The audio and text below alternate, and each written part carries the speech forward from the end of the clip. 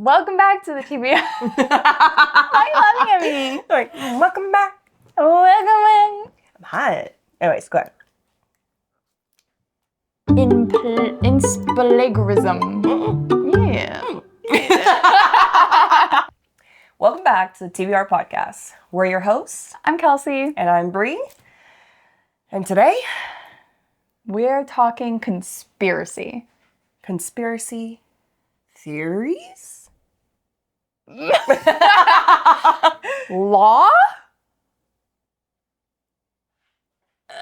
Yes. Plagiarism versus inspiration. Now, it's been a hot topic. Been a very hot topic. Recent. Yeah, especially on the TikTok. Mm-hmm. On the TikTok? On the tick of the talk. Uh-huh. Mm-hmm. Wow. Sound like millennials. Are we millennials? Ew, no, we're not. What are we? Because, we're not Gen Z, are we? I think we are Gen Z. What are we? Are we saying our birthday? Year? Yeah, 1999. We're Gen Z, I think. Okay. I hope I'm Gen Z. But also, You millennial? I don't know. I feel like I'm half and half. I know some people say cuspers. Yeah, we're cuspers. But then I've seen the thing where it's like, nah, Gen Z is 1997. Is it? Yeah. I do not see my sister as a Gen Z. Oh my god. Love her. It's millennial. Yeah, she's millennial. I guess we'll see. Yeah, whatever you guys tell us is the truth. Is the law. The law. Which, Speaking of, are there laws against plagiarism? Actually, yes, because people have gone to court to sue. so there is. So there is. And you're not allowed to plagiarize in school. Do you know, speaking of the law, plagiarism is a law, people can sue. Oh, specifically. So this is specifically. There's an author who's been sued 3 times. 3 separate times. Dan Brown for specifically the Da Vinci Code. Which is actually nuts. Which is wild. But he's won every one. So He's got some good lawyers, got some money. it's that inspiration. It's the inspiration, not the plagiarism. Not the plagiarism. So here's my question though. Yeah. Plagiarism is taking word for word, right?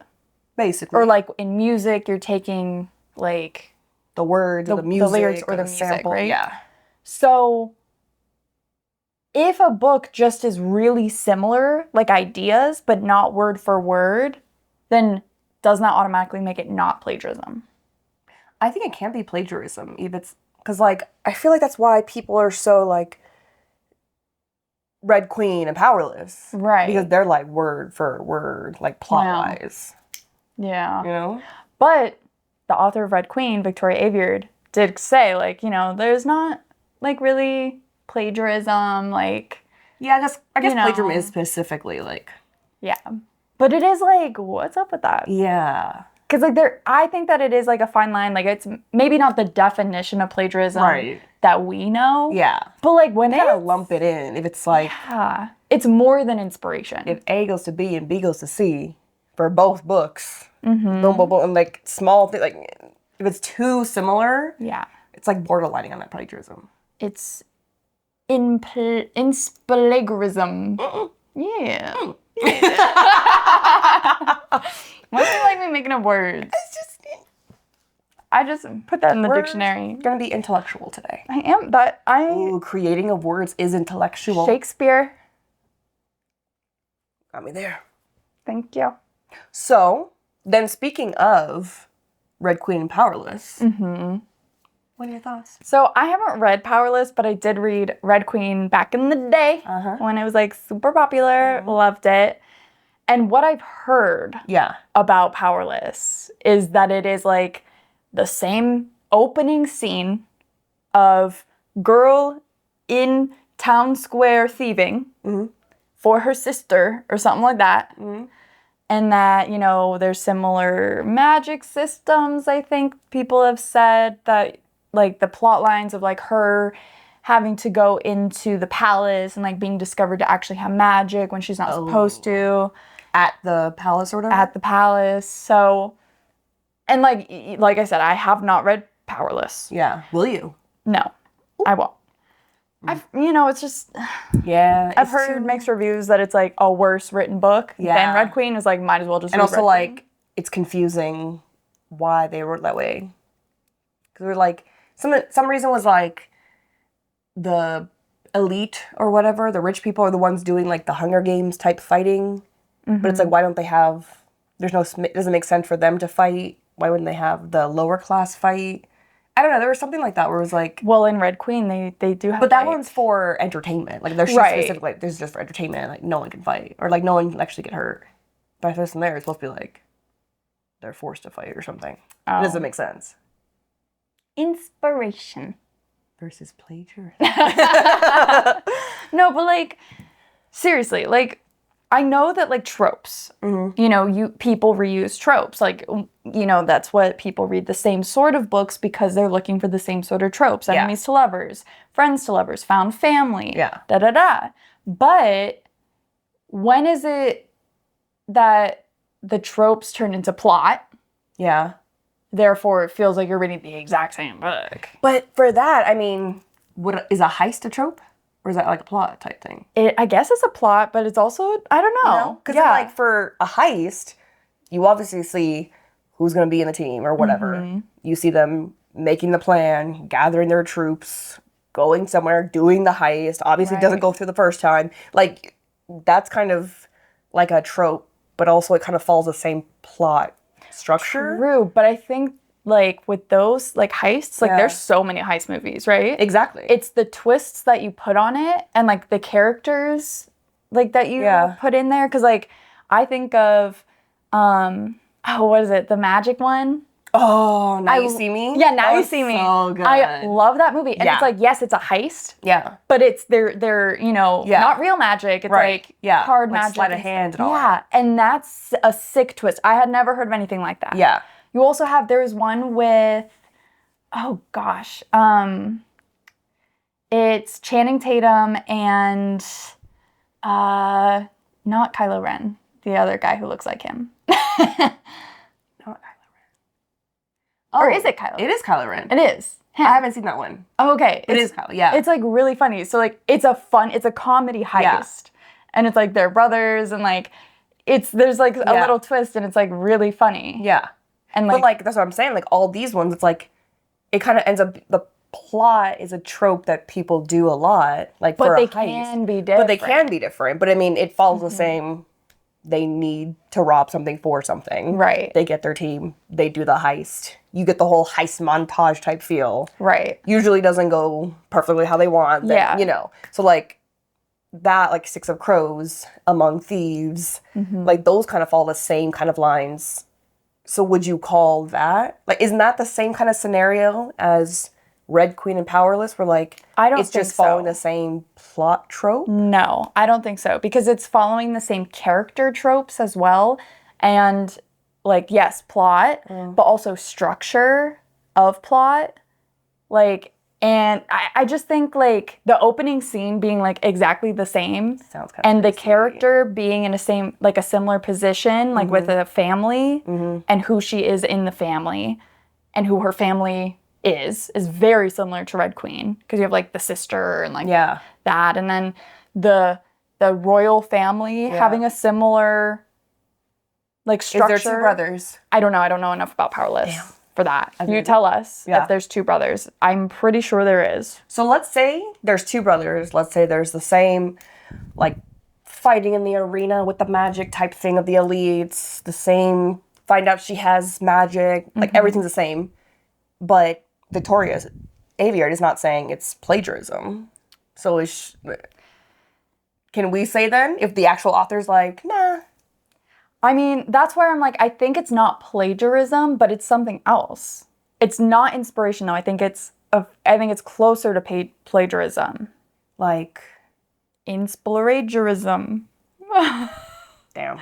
Because, like, so there was this quote from Reddit And it says, in the extreme interpretation of what is unique, it can be argued that nothing is unique.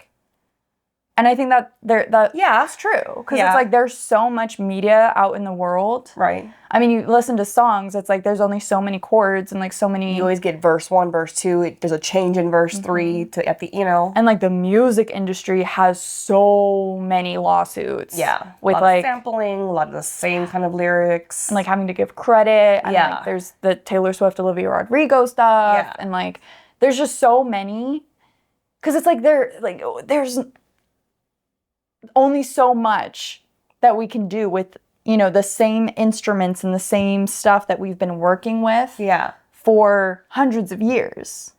Plus, like, when you're thinking of, like, the books I want to read, it's Hunger Game meets this, it's this meets this. Like, they're obviously taking inspiration from those elements and creating something different, but it's still obviously similar. Yeah, but for me, like, inspired by... is different. Because, like, the author of Powerless did say, like, this is inspired by Red Queen. But I think it's too close. Yeah. While there are other people who have been like, I'm... Like, Victoria Aveyard for her Realmbreaker, she's like, I was inspired by Lord of the Rings. Yeah. Now, again, I didn't read Realmbreaker, but from what I know about it, it's like found family. They're like thieves and pirates and that. Like, that's not Lord of the Rings. Yeah. But it's inspired by the world building and like going on maybe adventure, some sort of journey. Yeah. With that. But it's not comparable. Yeah. Where it's like, no, like that's the same. Like where you can see like inspirational elements in some stories. Yeah. Of like a basic, general idea. But once it gets to be like, oh, this looks like the same picture, you just squinted your eyes while drawing it. It's too close for comfort. Because like, what would you say? Because you read Among Thieves. Yeah, by M.L. Kuhn or something. Yeah, and then like Six of Crows. And when you were reading Among Thieves, you were like, ooh. I mean, it was good. It really felt like, I'm pretty sure she even like promotes the book saying like, if you like Six of Crows, these books, like you'll want to read this. It just felt very, like, again, almost too similar because they were from like this, greasy, Las Vegas type feel, kind of like how Six of Crows, like the barrel is. And they're all like a part of this thieving crew. Mm-hmm. There's a certain person, the ammunitions and the disguise. Like, they have a slightly different, like, what their job is technically. But, like, they all have their own thing. They all come together, go on some sort of journey to the main island place of, like, it's a structure, it's impenetrable. We have someone who used to work there, like, has the Matthias of the group there to know the layout. And then the whole heist scene, it was just... And then once they leave and get it felt... It probably is the same kind of feel as Red Queen and Powerless, where it's like, obviously you took inspiration. Yeah. It looked like you took a lot more. Mm-hmm. It was way too close for comfort. Yeah. But if you like Six of Crows, you'll probably like Among Thieves. Right. Like, I'm not saying that, like, Powerless is a bad book. Granted, again, I haven't read it. Yeah. But, and like, I'm not saying like, don't read it, especially because like there hasn't been a lawsuit and Victoria Aveyard made a statement about it. Right. But like, it's just like, I think that like, because this wasn't an issue until recently, like we said, like Powerless has been out for a little bit. There's already a second book, I think already a third one out. So like, it's been a minute. Yeah. But there are people who didn't know about Red Queen who read Powerless. Mm-hmm. And then Victoria Aveyard, was promoting Red Queen. And she was like, if you like these vibes, da-da-da. Or like giving like a very like low-key breakdown of her book. Right. And people in the comments were like, this is literally Powerless. And so, of course, people are like, whoa, defending our girl. Yeah. Saying, this came out like 2013, girl. Like, Powerless is like Red Queen. And for them, the people were like, oh, it's Powerless. For it to be like way too close for comfort, that's the same thing as Powerless. Yeah. Yeah. Because it's like, you may not know that like she had said Red Queen is my inspiration. Right. So I feel like if you go into a book not knowing anything about the inspiration, whatever, you're reading it and you're like instantly being like, wait, I feel like I've read this before. Right. Literally, this is... As you continue reading, that also happened in that book. That also. In the same one book. Yeah. Because it's like, yeah, you can take parts of like a bunch. Again, inspiration. Yeah. But like when it is just one book and it's like, boom, like it boom, almost lacks boom. creativity. Yes. Because like there is still uniqueness. Because like how many freaking books are there in the world? Like millions and billions. Right. And it's like, you know. Exactly. Pam agrees. So, because like you have people who, I feel like it's, like they're what is the term? Grasping at straws. Like reaching, yeah. They're grasping at straws. Like I know people have said what Throne of Glass and Game of Thrones. Yeah. Which I don't think is comparable. It's high fantasy. Like way kingdom, too high but fantasy. Like no. Yeah. And you have Fourth Wing and Aragon. Which like what? Isn't Aragon like more kids? And way more kid. That's way more like almost Lord of the Rings, where it's like a journey. Yeah. Type thing where you're learning the dragon while you're learning that. Like it's a whole Fourth Wing is like military conspiracy. Yeah. You know, death and destruction, you know? Yeah. And it's just like, I don't think that's like comparable. You can say like, yeah, maybe if you like Aragon, you know, read this. There's always going to be some elements of certain books and you can be like, that's from that. That's you can put it together. But when it's, it feels like the same structure. That's when it's... Yeah, because I know that a lot of people were like up in arms about Hunger Games when it had first come out. Because there was another, I think it was either another book or it was like a show. And it was based off of, I think it was like in Asia somewhere. Was it like an anime? Yeah, like an anime. Yeah. And people were like, no, because like she literally stole that idea. But it was like, I think... I should have looked this up before, but I'm pretty sure either she came out and was like, no, I was inspired by that. Yeah. But it's like not even the exact same. Yeah. But also, Suzanne Collins got a lot of her inspiration from like real life stuff that has happened. Right. To make it that social commentary. Yeah. In the book. Which I think also the anime was based off real life stuff that happened. Yeah. Which she also just used that same real life stuff. Yeah. So then again, you go into like this whole idea of real world inspiration and how a lot of people will take that real world inspiration. Absolutely. You have, what was it? It was literally on the tip of my tongue. Handmaid's Tale. Inspired by like everything that's happened in Handmaid's Tale, the author says that has happened in the real world. From different cultures, different times, but like this shit is not new. I mean, you could even say fantasy Poppy Wars. That was literally based on like Japanese history or Chinese history. And it's like, there's a magic element. That's her twist. Yeah. You know, that's the unique thing she did. Suzanne Collins, it's just the sci-fi element, you know, or the dystopian element. Yeah. And again, like you're making unique characters. Right. Because, like, I mean, when Hunger Games came out, that era of dystopian books, like, oh my God, we were eating that up. But you have Maze Runner, you have Hunger Games, you have Divergent, like the Fifth Wave. Like, all of these were, set in the same side of, like, dystopian type thing. Right. Strong female leads most of the time, Maze Runner, you know. Right. But, like, no one was saying, like, no, that's a copy of this and this. Right. Like, this is just dystopian because they were unique. Because I mean that goes the same thing with like romance now. Like not romantasy. Well, contemporary. Yeah. A lot of it's like I read the same trope over and over and over again, and like they've kind of followed the same structure. I mean, I haven't read, but like over and over and over again. But it's just individual to those characters, whatever. Exactly. So like you can't say, oh, all of that is just plagiarism. Yeah. It's just probably inspiration plus going with tropes that people like and exactly. Want. Yeah. If you, like, you know, people know what they like. Yeah. And so people are going to put out what other people like. Yeah.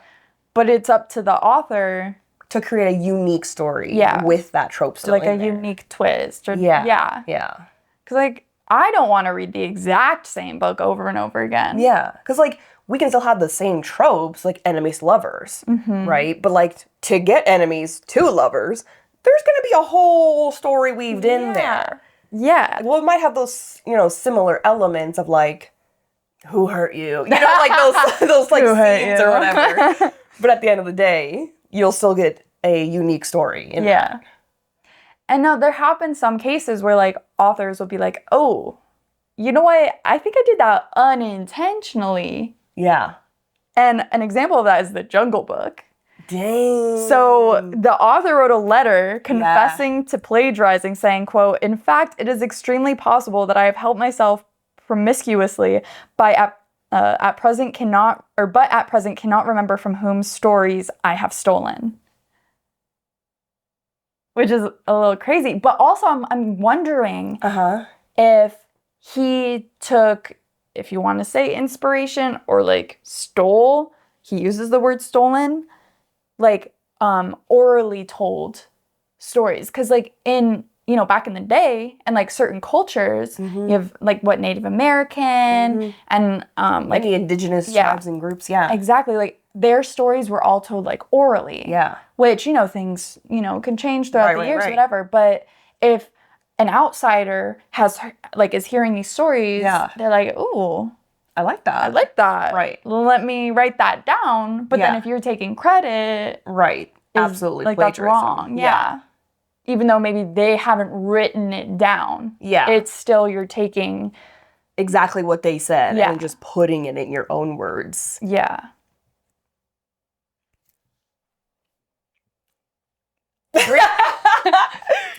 Bree told me not to say this, but I'm gonna say it. The Bible, every single religion ever, plagiarized. No, because it's like, you're all inspired by each other. And I don't get why there's all these religious wars with y'all, because y'all came from the same bead. Y'all came from the same source of water. Yeah. But the Bible, that's a whole different thing. Paganism. There's like a trillion different types of Christianity. Yeah, groups. Christian mythology. Yeah. Greek mythology. Yeah. Roman mythology. Yeah. All the mythologies. Let's talk about that. How is mythology? Because we have, you know, the lightning thief, which is way more silly goofy. But like the lightning thief, Song of Achilles, all these, everything that's based off of, the Iliad. You know, Greek mythology. Obviously that's not plagiarized, but we're inspired by it, but we're still taking the exact elements and putting it here. So how is that not plagiarism? So I know that there's a thing where it's like, if it's been so many years and like the author's dead, or like, you know, like you can kind of reuse the retellings. Yeah. You know, like Shakespeare, there's so many retellings of his. Right. The like Grimm fairy tales, there's a lot of retelling of those. Jane Austen. Yeah. So, but yeah, it is though, like where do you draw the line of like disrespecting the original idea? I know there's a thing that's like academic wise, like mythology is its own, like you can take from that. And you're not really plagiarizing unless you're taking it from a specific thing and like writing it as your own, not saying it's whatever. But like, you got to give credit where credit's due. Yeah. I think that's, for these specifically, like that's where. Right. Like if you don't say credit. Like, no, this is my. Yeah, then it's like, you're an asshole. Right? Yeah. But then here's the thing. Let's say I'm writing a book. She is. Coming out. I don't know when. Coming out in 2027. But I know one of my inspirations was Six of Crows, just because I love that family. We love like a heist, even though it's not technically a heist, but like kind of a heist. Yeah. But like, you know, and the same thing goes like Among Thieves, it's definitely different enough. But if you see those same elements of like a plot structure, like a heist, you know, or the person finding out they have magic and they're on that, you know, journey. At like, where's the line do you draw from like, that's inspiration or that's plagiarism? Or you're leaning towards plagiarism? Yeah. Let's discuss that. Yeah. Well, because I think it is like where it, like we've been saying, like if it's the exact same thing from one specific source. Right. So like, because your book, already what you've written does feel different from Six of Crows. Because like the magic system, like, you know, but if you had, this is a heist. Yeah. And the same magic system. Right. And the same kind of character arcs and stuff. Then I would say, girl, you plagiarizing. You're just copying. You're just rewriting. Right. Like, you know, like in school, when like one of you guys did the essay, and then everyone else would just say it like in a slightly different way. Yeah, that's what that is. Yeah, like okay, is that what powerless is? That's what I'm saying. Because it's not plagiarism, but it feels like you took it, and you just changed the words a little. Yeah, like so we can't say who's writer powerless. Lauren Roberts, I believe. Yeah, okay. So we can't say Lauren really plagiarized. No. But she just, like, lacked creativity. Ooh, which is, I think, even more of a diss. Yeah. I'm going to start using that. Wow, what a lack of creativity from you. No, I love that you took inspirational elements from Red Queen, but it just seems like you lacked creativity. That's such a slay. We should start using that. I'm going to start using that. But yeah, so then going off of the mythology stuff, you also have like the fairy tales. Right. And the retelling of fairy tales. Yeah. So The Girl Who Fell Beneath the Sea, Six Crimson Cranes, Akatar, you know, like, again, where is that line of like rip-off or retelling?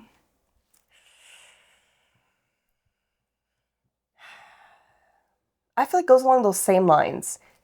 Well, that's kind of hard for a retelling because you're following the same structure. And you have to have the same characters go through the same things. Because it's a retelling of the story, it's just reimagined. Yeah, maybe in like it's usually like in a different setting or a different time. Yeah. So like you have Shakespeare's, what is it? The Taming of the Shrew and 10 Things I Hate About You. Right. Which totally different if we're looking at them side by side. Yeah. But at the end of the day, they're following that same, you know, that's those same beats. Yeah. Lion King, Macbeth. Yeah. Lion King 2, Romeo and Juliet. But you know, like, you know, going into that, if you don't know these plays, yeah, like you wouldn't know and you'd just be like, oh, this is a fun story. It's just something new. Yeah. But I think it starts to go on the line of plagiarism when you're not using things from the past. You know, if things were modern, moving forward, and it's just too close for comfort. Because let's say we do like a Six of Crows, but we're doing that in a modern setting.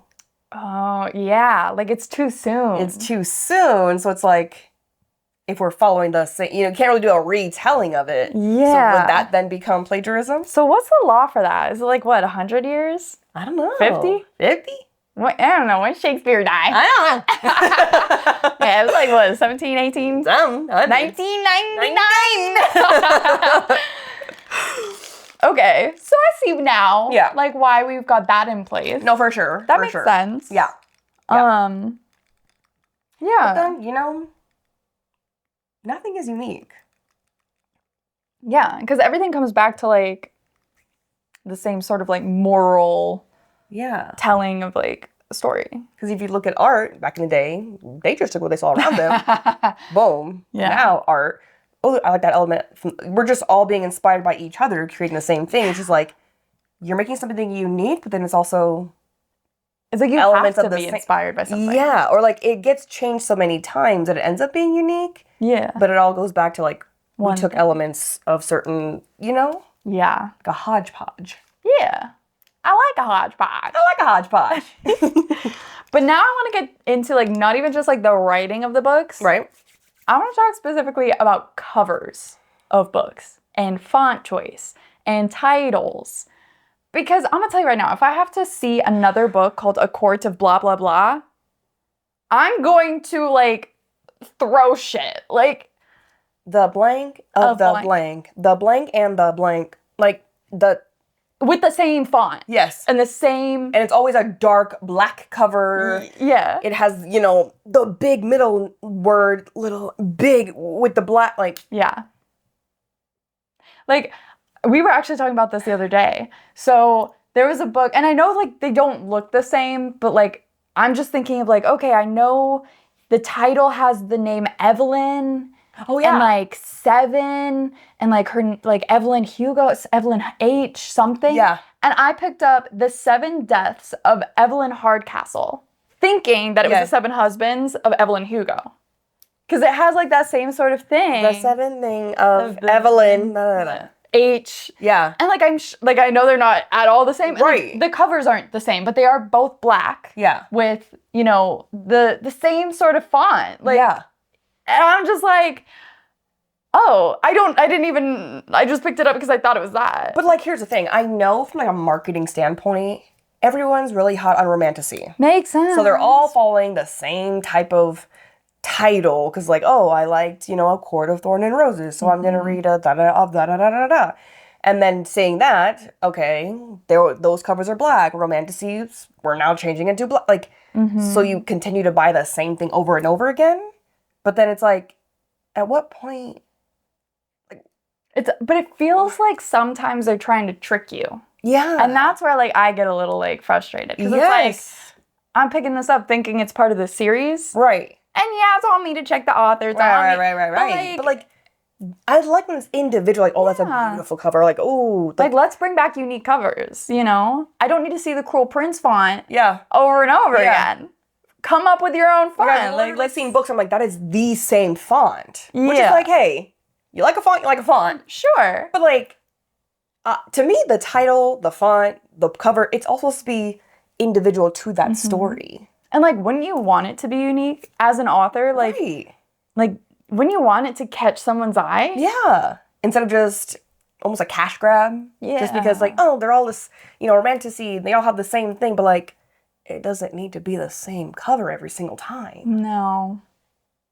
And like kids' books even does it. Like I'll be looking, you know, at the thrift store and I'll like browse the kids section and I'm like, I pull out a book thinking that it's, you know, a series that I used to love and I'm like, oh, what the fuck is this? Yeah. And no, it literally has the same sort of, from my memory, like the cover art and the title even. And like, I'm like, oh, that's not the same. I know. Like, it's like everyone's using the same program. And I'm sick of Canva. it. Canva. Change it up, please. Yeah. I'm sick of it. But again. But from a marketing standpoint. And also there's only so many fonts in the world. And then there's only so many. Everyone's going to have to write the book title now. Everyone's handwriting. In your own handwriting. I'm sick of it. I'm done. God. Another thing is, so we did talk about retellings. Right. We talked about mythology. Right. Inspiration. Yes. Fan fiction. Because I eat up fan fiction. I love it. Me too. Okay? Me too. I love it. But where do we draw the line from this was literally fan fiction from a book that's already been written? These are the characters. This property, this intellectual property is owned by this author. And I, you know, when you're writing fan fiction, a lot of the time people will say like, you know these characters aren't mine. Like, You know. So where do you draw the line of like, I literally wrote a fan fiction, posted on a fan fiction site, and now I'm actually publishing this into a book and changing some names and this. Because that's been done so many times. Yeah. You have City of Bones, apparently is inspired by Harry Potter, Ron and Ginny, which is weird. Ron and Ginny? Apparently. I don't know, maybe that's like... But then also, they had that whole little twisty, nasty thing. That's what I was saying. Sorry, when you told me before, I was just like, whatever. Yeah. Wait a minute. And then you have 50 Shades of Grey. That was based off Twilight. Edward and Bella. Allegedly. And then a more recent one is Manacled, which is Hermione. Yeah. And the author is taking it off of fan fiction sites. Yeah. And I don't know everything that they've changed. I've never read Manacled. Yeah. And I don't think the new one, I think they're calling it Alchemized. I don't think it's out yet. Maybe it is. I don't know. But I know that they're publishing it. And I'm sure they're changing the names. But I don't know what else they're changing. And I'm pretty sure Manacled also took inspiration from Handmaid's Tale. So I'm not quite sure. But again, it's like... That was literally... Like it's... I'm taking this Hermione story, and Draco. having a fun little thing with it. Oh, this was just like a fun thing. Now I'm going to monetize it. You know, tweak some things, but now it's like, oh, now I can call it mine. Right. And it's like, I respect. Because like, it is yours because you wrote it. Yeah, and I respect, like, you're writing, you know, a novel, essentially. Yeah. But you were taking that intellectual property idea of, like, these characters aren't mine, and, like, the situations, you know, are based off the canon of the books. And yes, like, now I'm making it non-canon with what I'm writing, but we, like... You would assume, like, going into a fan fiction, you're like, I'm reading this because I know the characters. Yeah. And I don't have to give a whole backstory on the characters because we know them. Yeah. I don't know. I know. Because it's like, respect the fan fiction authors. Respect. Yeah. But... when you go to publish... I mean, they wrote a whole book. Right. And it is obviously their own story because they're just taking the characters... you know, zhuzhing them up, putting them in a scenario. So it is different. But like me, I'm like, I'm reading fan fiction because these are my comfort characters. Yeah. In my comfort setting. Right. Or whatever. And I know there's like, you know, modern AUs and stuff. But like still, these are the characters I know and love. Yeah. And this is why I'm reading it. Yeah. To just get more content, to get, you know. So it's like, but if now you're taking that, you're just changing the names and putting out a book... And maybe, again, I don't know. There's probably more to it than just changing the names. For sure. But it's like, it's just, I don't know. Like, coming in as a reader, it's like, am I still supposed to see Draco and Hermione? Yeah. Or now am I seeing a whole different... just enemies to lovers. Yeah. But it's, like, hard to break that. Especially if it's, like, been published on fan fiction. And people have read it and loved it. And, like... knowing the characters that they are based off of, or who they are. Because, like, all the young dudes, that's Harry Potter, that's the Marauders. Yeah. And, like, yes, it's, you know, went off canon, they made this whole thing for them, but, like, if they tried to now take that off and publish it themselves, like, what... Like, because we all know this story, you know. Because it's not like plagiarism, because it's your own story, your own words that you're putting out there. But you're using scenarios, characters, past. Yeah. So there's like a plagiarism in that. I know, it's like, but then you change it, so you're like, nah. But then it's like that, I'm copying your homework, but I'm changing the words. Yeah. Like, is that like Powerless and Red Queen? Like, is that, like, was maybe Powerless a fan fiction of Red Queen? And then she was like, ooh, but I'm actually going to try to publish it. Yeah. Because then let's say that's the case. That's why it's so close, yada, yada, yada. I don't know. And, like, not even, you know, just these books. Like, it's also, like, Harry Styles. There's so many fan fictions, like, about One Direction and Harry Styles. The main one back in the day was, like, was it Dark or After? Yeah, because they made a movie called After. They made a movie, which was literally Harry Styles fan fiction. Which I had no idea. Yeah. I haven't seen the movies, though. I haven't seen the movies, but I just remember, because I read it back in the day. Yeah. And then, but I didn't get there, because it was a lot, so I didn't get too far. But, like, then I remember saying, like, oh, we're making it into a movie. I'm like, one, that's so weird, because this is a real human being, living, breathing, based off of a genuine person. And now you made fan fiction. And I don't think you're getting their permission either, Absolutely right? not. So... And obviously, like, if someone was like, oh, I made fan fiction about you, a person, but I changed the name and, like, I'm going to make a movie. But, like, I would feel so uncomfortable. Yeah. Knowing whatever scenario, like, that's supposed to be me. Yeah. Okay, wait. This kind of... I'm kind of going down a trail here. Let's go down the trail. But, like, it makes me think of true crime. Because, like, are you technically, like, plagiarizing these people's lives? Because a lot of the time, they don't get permission from, like, the families of, like... That's what I'm saying. A lot of the documentaries, like... They don't get permission. They don't get permission. All the families, they'll, you know... Come out later. Yeah, and, like, there was no permission. You have the Menendez brothers. Exactly. Recently, that whole... It wasn't even a documentary. It was, what, like a... Like a docu-series? Or like a TV series that was, like, kind of based off true... Yeah. But, like, when you're taking, like, things that happen to people... And you're just doing it on your own. There's not like we're working together. Like, they want to tell their story. That is such an invasion of privacy. Yeah.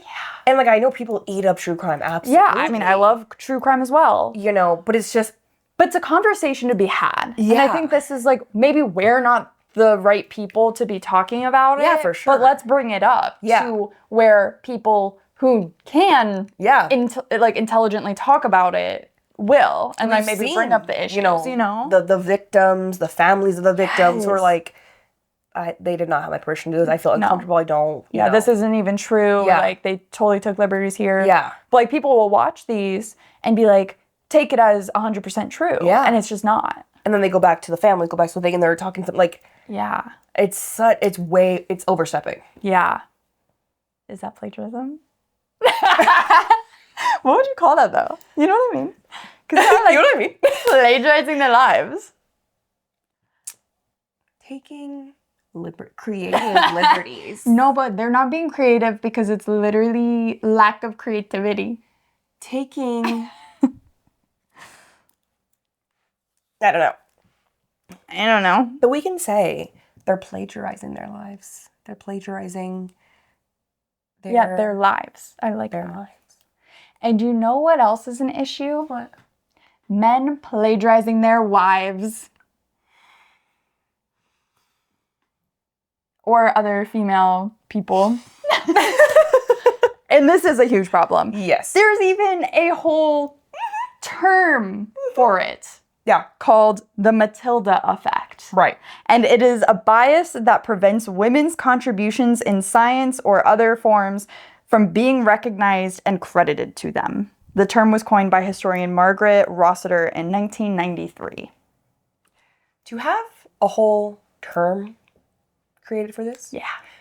You know how many examples you had to have of this scenario? To be like, oh, this is a thing that happens. Mm-hmm. Here's a term for it. Yeah.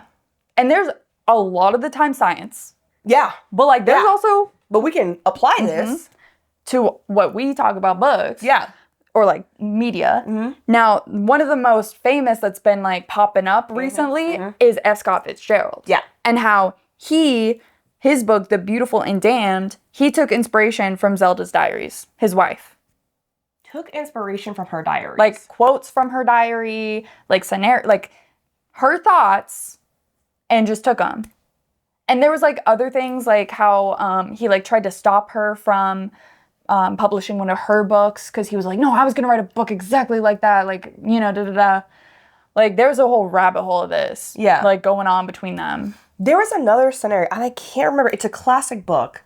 I always want to say like Frankenstein. I thought that too. Where it's like the husband literally stole it and published it from his wife and published it as himself. But then like in recent times, like the wife has now gotten credit for it. But I thought Frankenstein too, but I don't think it's that. I thought that though. I know. Or if it's not Frankenstein, then Frankenstein might have been published under like a male's fake name, like a fake name, like a man's name though. Yeah, which also like that sucks that it has to that women had to do that. Yeah. Like some of the greatest works are from women. Yeah. And it's like, no, it was a man, so it can actually be published, actually be put out there. Or like they're pushed to the side. Yeah. Because there's translations of, I don't remember if I think it's Greek mythology. Mm-hmm. And a woman has come out and like has been, what did I just say? Translating. Yeah. And it's completely different than all these past men's translations. You know what I'm talking about? Yes. And it's supposed to be like actually accurate. This is actually accurate. Yeah. But they're like trying to cover it up. He's like, no, we're men. We know all. Yes. Isn't that crazy? That's actually nuts. Because if a man had come out and be like, oh, I'm translating, look how this is actually accurate. Everybody else would be like, oh, boom. Thank you. Let's put that out there. But since it's a woman saying it. Mm-hmm. Oh, swept under the rug. No. Not credible. I'm so sick and tired of this shit. Yeah. And then you also have Euphoria, the TV show. Yeah. Where the director, creator, the style of it. Yeah. A girl came out, Petra Collins. She's a Canadian artist and director. And she had this set of photos. Well, yeah. She has her own... it was like something kind of weird. I think it's just her aesthetic. Just her style. Yeah, her artistic style. I think she said was like he copied it. Yeah. And like when you do look at her photos. Yeah, when you look like that, I can definitely see like him drawing inspiration from that for sure if it wasn't, just stealing her identity. Yeah. But then again, that's where I think it's like, okay, maybe it's not plagiarism. Right. But you need to give credit where credit's due. If you saw that and you were like, no, I was inspired by that 100%, say it. Because give the credit. Yeah, it's you're helping another artist. Yeah. Well, they're not going to take the limelight from you. Like, it's still your work that you're putting out. You're just like, oh, I had, that gave me this idea, like, inspirations and especially because it's like, she's a smaller creator. Yeah. And it's like, it feels like you're taking advantage because you are like a Hollywood director, star, whatever, and Euphoria is so big, it's great, everyone loves it, specifically for the style of it and the way that it was shot and colorized and everything. Like, why not lift up other people? Exactly. Like, it's not taking away from you at all. You're not losing money. You're not losing credibility for your own stuff. Like yeah. And even if like they're making millions off this shit, right? You could spare a little bit. Let's say a little bit goes to her for that. Yeah. Because like that's what they do for music. Yeah. You know what? Speaking of music, real quick. Yeah. Because it was literally. Tell me about it. This is a new one. Miley Cyrus, Flowers. Oh, yeah, with Bruno Mars. With Bruno Mars. She's literally taking his song and saying, like, I can buy myself flowers. I can hold my hand. Like, responding to his song. Yeah. When I Was Your Man. She literally said that when it came out. And, like, when you're listening to it, like, oh, she's like, when I was your man, like, I can, hope he buys you flowers, da-da-da. And she's saying herself, I'll buy my own flowers. I'll hold my own hand. Mm-hmm. You could obviously that's a nod to the song. Yeah.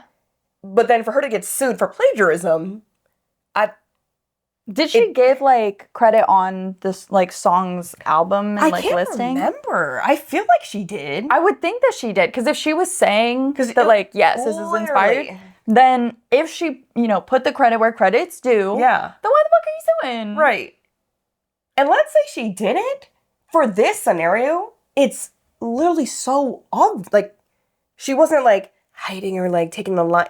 Mm-hmm. It, word for, like, every line, word for word, is just the same thing, just her responding to it. There's another song, it's either Beyonce or Rihanna, that the creator of the, like, actual song, like, who wrote it. With Kelly Clarkson? There's a Beyonce and Kelly Clarkson. No, that might be something different. Oh, okay. But the writer like has a podcast or something. I see clips on TikTok sometimes, and he was like, yeah, like literally all the lyrics are songs from the 80s or something like that. They're the titles of the song, like just one after the other. Yeah. In this like, I think it's Beyonce song. But in like those scenarios, it just seems like we're doing a nod to that. Yeah. Like you're not hiding it. Yeah. Because it's obvious. Yeah. For them to get sued for plagiarism, or for people to say it's plagiarism, it doesn't make sense. Right. Because that's more of a... It's like you're paying homage. Yes. And it's like, yeah, where's the line, though? Like, homage or inspiration or plagiarism. Like, it is a hard line. Yeah. I don't know, man. I don't know. And then, like, it kind of leads me into the thought of, like, references to other things. Because I know, like, sometimes you have to, like, pay a fee to... Like, I know in movies and short films and stuff, you have to get allowance to use a song from the artist or the, production. But I don't know how that works in books. For, like, what? Like, if you're specifically... Like, I think of Ready Player One. Okay. They made so many references. Yeah. Like, even the way that the games are played, like, from the 80s. Yeah. Like, they're literally saying, like, and the night comes out and they, fight each other. Yeah. Or, like, they're literally saying, like, quotes from movies. Like, this is Ferris Bueller's Day Off and, my character is now in the shoes of the main character and has to say the right lines in the right way. Yeah. And he's going to this person. Like, did he have to, like... And it is a very obvious, like, hello. Yeah. That I am... obviously referencing these 80s films, games, whatever. But, like, did he have to get permission?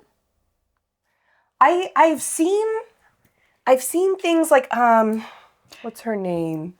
she wrote City of Brass. And she did obviously a lot of research for it. And I think at the end of her books, in like acknowledgements, I think she specifically was like, hey, I did research, I took it from this and this and this. So I'm thinking in books when there's other like references specifically like that, it's just in acknowledgements you have to write it, or there might be in the back, like acknowledgements, yes, but also do you need to write a contract, ask formal permission within like publishing, there might be something back there. Because like, I might be like making this up. No, I don't please. know. Take the liberties. But I feel like I saw something that was like Rick Riordan talking about how in the Percy Jackson series, you know how Grover, he like uses his pipes to do a Hilary Duff song? And like, I'm pretty sure like Rick Riordan was like, and thank you, Hilary Duff, for letting me use your song in my book or something like that. Yeah. And I don't know if that was like, he asked permission or like he was just like, thanks for writing the song. Yeah, like I have to make sure I'm saying credit. Yeah. Because he did use a lot of like, what are they? Pop culture? Yeah, pop culture references. Yeah. So I'm guessing he has to, like if in it's acknowledgments very or something. specific or something. Yeah. Because I know like, even in movies, like, they'll have to say like, a different, like slightly alter the name of the brand or the whatever. Because like, yeah, and that logo. And yeah, so I'm thinking it has to be the same thing where like, you have to get permission or just like make sure you specifically write in that it's from there. Or like, I know like YouTubers, you know, you can maybe like sing a couple of the lines of a song, but then like you can't have any more. Like it's 30 seconds is the most before you can get copyrighted. Yeah. So it's just like interesting how those things work. Yeah. You know, like is there like a word count on plagiarism in books? Like you can only like, you know. Because like what if you're like, that was a really good line. Yeah. I'm going to use it to change this one, like, you know? Yeah. Things to think about. I'm going to have to look that up. And then, like, this kind of leads into this whole idea of ghostwriters, too, and how it's, like, these people have to sound like the author who made the idea. Right. And, like, I'm so curious how ghostwriters work. There has to be, like, an extensive contract to be so where they can't come back and say, hey, like, I wrote that and I want my credit. But it's, like, if you're trying to be a writer and, like, you know, this is a way to get in like, your foot in the door, like, can you take credit for that? To be like, this is my resume? Oh. You know? Like, I'm so... I bet they could. Like, if I'm a... Is it copywriter? No, ghostwriter. Yeah, ghostwriter. Yeah, is the one, like, who's writing for the author. But isn't it called copywriter? Or is that no, ghostwriter. Okay. I know, I heard it both terms, but I was like, I don't know if I've only heard ghost. Anyways, but yeah, ghostwriter, I'm like, okay, I'm applying for a ghost writing job. Yeah. I guess you could say these are the books I've written. Right? Like, ghost written. But then, like... But it's like, technically, you're not taking that off credit. As your own, yeah. Do they... I wonder if, like, in acknowledgements or somewhere else, do they write, like... I don't know. How do you know... Okay, if you guys have, like... Too much. Sources about... Or if you are a ghostwriter and you can tell us about it, tell us. Or, like, link us to something that can give us answers. Because... Yeah. That's, like, something so interesting that I feel like... There definitely has to be like a contract that they have to set up with the author. If you're a ghostwriter and you want to be on our podcast, we would love to interview you. Because that would be questions. Cool as fuck. And you don't even have to tell us what book you ghost wrote. Right. Maybe you tell us like, and we have to guess before you tell us. We'll make it a whole game. Multiple ghostwriters. Come on over. Which one wrote Red Queen? Uh-oh. No, I know my girl Victoria wrote that. Yeah. She wrote that like when she was really young. Well, like... She was like 18. She was like right out of high school. She published her first book or something like that. It was good. She's a boss. Cool. I love her. She's so funny on social media too. I know. She's so unbothered. I love her. I love her. And like with people. Yeah. And people were trying to say she wasn't. No. Hello? Pissing me off. Do your research, y'all. Anyways. So the other day, if you have even an inkling of inspiration from something that you're going to apply You're plagiarizing. Well, make sure you state specifically, hey, I got inspiration from this right here. But what if you didn't, but it is the same as something that like you didn't even know? I mean, that's bound to happen. There's right? so many books but out how there. do you prove that you didn't know? Because that's the whole other thing about like this whole like there's no unique thing. Yeah. But it's like, damn. I know. That would be. I guess you'd have to show how different it is. I don't know. It's like, what is that whole thing about like a monkey typing and they like they'll actually write a real word or like Shakespeare's the whole play will end up. I think someone did an experiment on that and it was just like jumbled shit like. Well, yeah, it's gonna go for like a really long time, but eventually. Isn't that weird though? Yeah. Like why that specifically? Because like the way that they would hit the keys, like there's only so many combinations that it would type up words. And there's no way, bro. I don't know. Look it up. I'll look it up. But anyways. So, wrapping this up. Yeah. Is there plagiarism? Since nothing's unique. As long as it's not word for word. As long as it's not word for word. No. No. But there can be things that like lean plagiarism, like possibly Red Queen and Powerless. Yeah. Powerless, copying Red Queen. The Da Vinci Code. The Da Vinci Code. That. And if you come out and specifically say. Mm-hmm. Jungle Book. Rudyard Kipling. Yeah. But for people to get like sued and stuff over these things, like nothing's unique. And like we all follow the same kind of tropes and scenarios kind of thing. So how can you really prove that it was? It's hard. You know?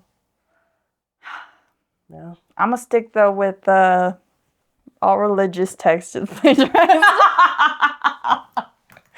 At the end of the day, don't go read your Bible. Don't go it probably has been already... A little bit of a rip-off. A little bit of a rip-off. Yeah. Yeah. I'll go read the Earth. What? That's the original religion. The 10 Commandments? The stone? No. Rosetta Stone? Yes. No, watch it. The Rosetta Stone actually was plagiarized.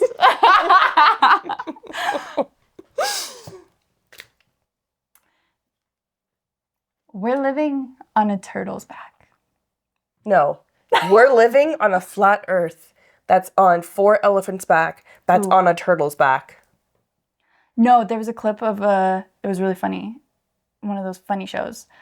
And no, it's actually a basket and like the earth is flat, but it's like a basket. It was funny. If you know the reference, it's funny. If you know, I guess. Yeah, if you know, you know. Wow, what is that from? You guys watch Doctor Who? We watch Doctor Who every Wednesday, and like I've seen it a million times, and she's never seen it. And like I try to subtly give out like, if you know, you know. Right. And we're definitely gonna make merch once we start making money. Yeah. From this, because right now we're not. So like, subscribe, comment, hit the notification bell. Also, check out our book club because we're doing Sunrise on the Reaping. Holy shit. Get your books ASAP. Start that reading. Not too much. We gotta discuss. Mm-hmm. Check out our content calendar on our Instagram at the.tbr.podcast. And we have broken down like what we're reading, like what chapters. Yeah. So just follow that and you'll be able to follow along with us. Yeah. Every Friday. See you there. See you there.